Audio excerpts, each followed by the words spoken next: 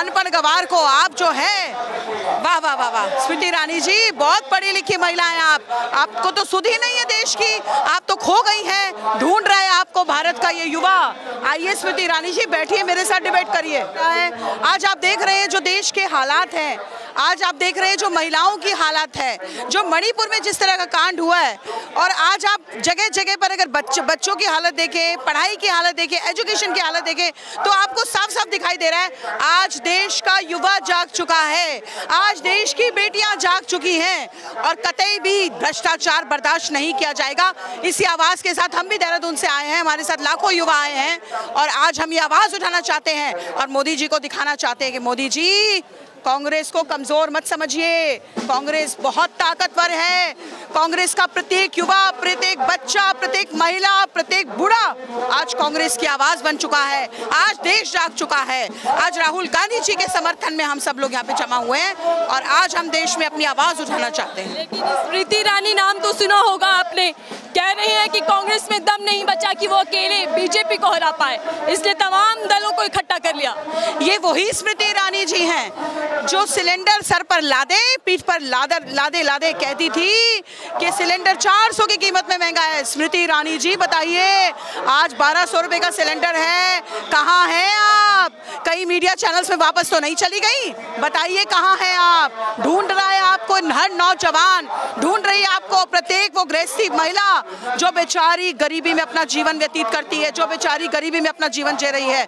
आज 1200 रुपए का सिलेंडर है, आज भ्रष्टाचारी की हद पार हो चुकी है।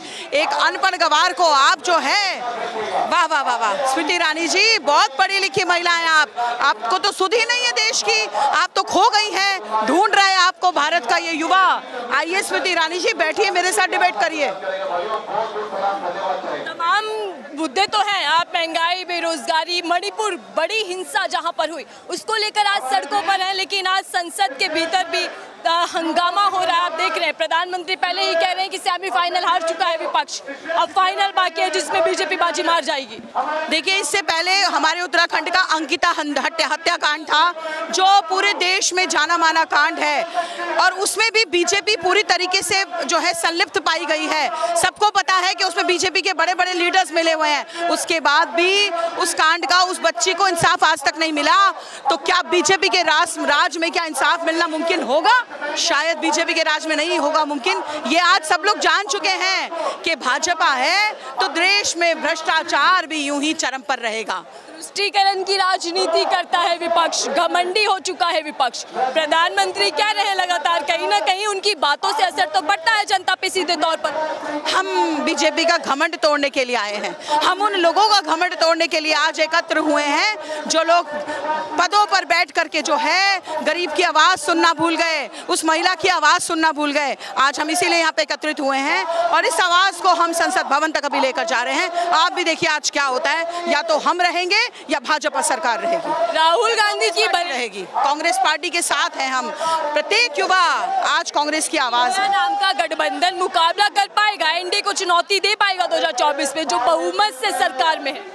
चुनौती उसको दी जाती है जो पास होता है, आज चुनौती की आवश्यकता नहीं है। ऑलरेडी भाजपा सरकार हार रही है, पूरी तरीके से लोग समझ चुके हैं, उनका सफेद झूठ जो है पब्लिक के सामने आ चुका है।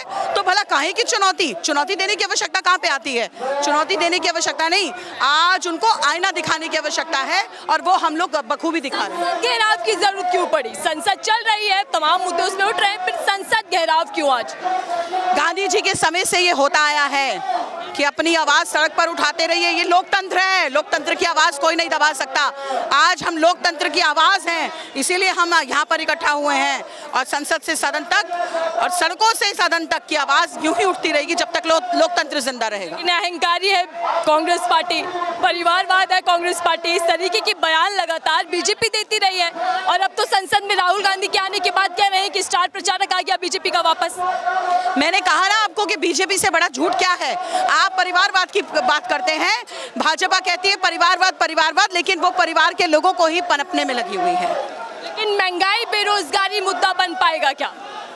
जी हाँ, बिल्कुल। आज सब लोग देख रहे हैं कि आज देश के क्या हाल है। देखिए हमारे नौजवान युवा, दिल्ली के बड़े बड़े जो हैं हमारे यूथ आज किस तरीके से सड़कों पर हैं और मज़ा चखाएंगे। हमको भी मौका मिला है मज़ा चखाने का, ज़रूर चखाएंगे। मैं और चीज़ों पे बात करना चाहूँगी मैम। मणिपुर को लेकर भले ही सरकार ने कोई ठोस कदम अभी तक नहीं उठाया, लेकिन चर्चा से क्यों बच रही है कांग्रेस पार्टी? ये अमित शाह कह रहे हैं कि चर्चा क्यों नहीं होने देना चाहती। सच सामने आ जाएगा। देखिए, जब भड़काऊ धंधे ही उनसे कराए जा रहे हैं, जब भड़काऊ सारे सब चीज़ें ही उनकी क्रिएटिविटी है, तो भला बीजेपी आवाज़ क्यों उठाएगी?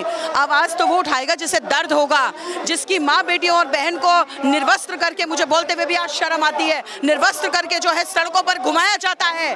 तो बीजेपी सरकार ही तो घुमा रही है। ये साफ हो चुका है। पुलिस उनकी, सारा शासन उनका, प्रशासन उनका।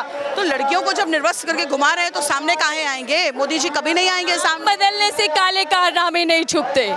प्रधानमंत्री कह रहे हैं इंडिया नाम रख लेने से कुछ नहीं होने वाला। बिल्कुल। आज कहते हैं मन की बात। अरे भाई, आप पहले जमीन पे आके गरीबों की मन की बात तो सुनिए, उस महिला की मन की बात सुनिए जिसको निर्वस्त्र किया गया है। मोदी जी कहाँ हैं आप? ढूंढ रहा है आज आपको भारत का प्रत्येक युवा। अगर आपके अंदर दम है तो सामने आके मणिपुर की कड़े कदम उठाए जाएंगे, बख्शा नहीं जाएगा दोषियों को। प्रधानमंत्री क्या तो रहे, विश्वास दिला रहे हैं। ये सिर्फ लॉलीपॉप है जो हमेशा से दिया जा रहा है। हमारे देहरादून में अंकिता कांड हुआ, उसको भी इसी तरीके से सिर्फ बुलाया गया है कि इंसाफ मिलेगा, लेकिन सारा मामला अंदर मैनेज कर दिया गया है। और ऐसे ये भी होगा। अभी इनको नेक्स्ट चुनाव की चिंता हो रही है। जादू है प्रधानमंत्री, चुनाव में जादू चल जाता है, मोदी के नाम पर ही बीजेपी जीत जाती है। जी, जादू हमेशा नहीं रहता। जितना झूठ का जादू चलना था वो चल चुका है। अब सच का जादू चलेगा। अब हमारे राहुल गांधी जी के सच का और हकीकत सामने आएगी, उसका जादू चलेगा। 24 में क्या देख पा रहे हैं? एक तरफ एनडीए, दूसरी तरफ इंडिया, जिसको कह रहे हैं कि भ्रष्टाचारी एक मंच पर आ चुके हैं। जी, आपके सामने है, मैं बता रही हूँ ना। आप ये देखिए ना, अगर ये युवा आज यहाँ पर आया तो उसके पीछे की बात आप जानती है ना अच्छे से क्या है। आज अगर देश का युवा जाग रहा है, जिस और युवा ये चलता है उस और हवा ये चलती है। तो आज जब देश का युवा जाग चुका है तो इसमें सवाल करने का कौन सा वो रह जाता है? आज जिस तरफ देश का युवा है उसी तरफ आज लहर है, उसी तरफ सच की लहर है, उसी तरफ इंसाफ की लहर है, उसी तरफ महिलाओं की लहर है। तो आप देखते रहिए कि क्या होता है। लेकिन मुद्दे तो आप लगातार उठाते रहे। महंगाई, बेरोजगारी आपने पहले भी उठाया, लेकिन चुनाव तो हर बार बाजी बीजेपी जीत जाती है। चुनाव हमने देखा 2019 में भी फिर से बीजेपी आई।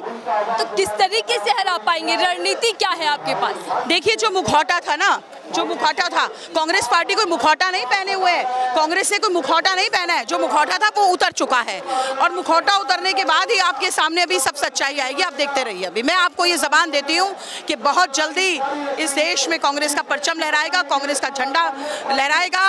कह रहे हैं। आखिरी सवाल मैं आपसे लेना चाहूंगी मैम, बारात तो तैयार हो चुकी है, लेकिन दूल्हा कौन होगा? बीजेपी लगातार पूछ रही है, बिन दूल्हे की बारात कैसे निकालेंगे आप? दूल्हे की बारात जैसे भी निकलेगी वो पूरी दुनिया देखेगी। आप भी देखिएगा, मैं भी देखूंगी।